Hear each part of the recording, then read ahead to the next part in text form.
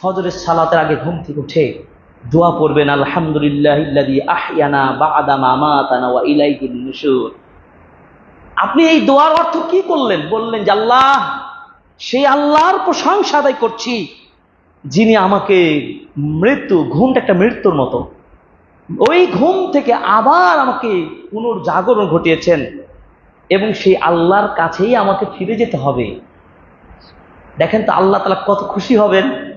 আপনি আল্লাহর প্রশংসা করলেন এবং আপনি আল্লাহর কাছে ফিরে যেতে হবে পরকালে, কারণ আপনার শেষ স্টেশনটা কি? আখিরাত। আপনি সেই দিনের সূচনাতে এটা আল্লাহর কাছে স্বীকৃতি দিলেন। সুবহানাল্লাহ।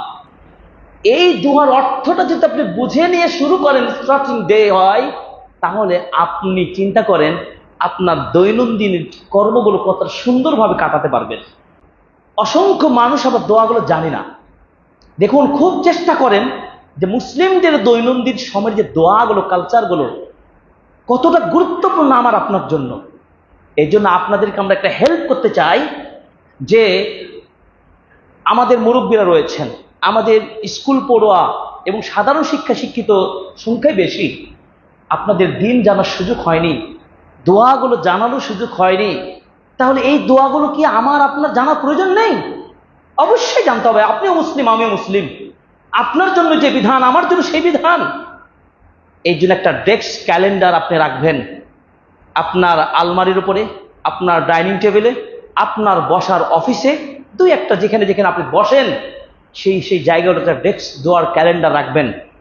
দৈনন্দিন জীবনে প্রায় 50 থেকে 60টি দোয়া যদি আপনি মেমোরাইজ করতে পারেন, তাহলে একজন মুসলিম হিসাবে তার দোয়াগুলো অনুযায়ী জিকির আজকার ভিত্তিক জীবনটাকে সাজাতে পারবে। আমি পোশাকটা পরে আমার শরীরটাকে সৌন্দর্য বাড়িয়েছি, আমি রুমালটা পরে আমার দেহের আরো সৌন্দর্য বাড়িয়েছি। এভাবে আমরা পোশাক আশাকে যতটা সৌন্দর্য বর্ধন করার চেষ্টা করি, আমলের সৌন্দর্য বাড়াতে হবে না? তো একটা ডেস্ক ক্যালেন্ডার রেখে দিবেন, সেখানে আপনি যেখানে বসবেন একবার না পারে দেখো শতবার, দেখতে দেখতে আপনার দোয়াগুলো মুখস্থ হয়ে যাবে, আমলটা হবে, আপনার জীবনটা হবে দোয়া জিকিরের মধ্যে কাটাতে পারবেন। এই জন্য একটা আয়োজন, আমরা একটা ব্যবস্থাপনা করেছি।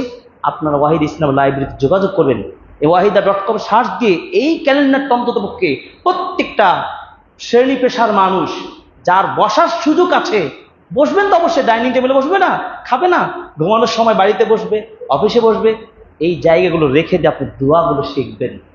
দেখবেন এই দোয়াগুলোর প্রভাব যে কত দামি, কোনো টিচার লাগবে না, একাই আপনি পড়ে শিখতে পারবেন।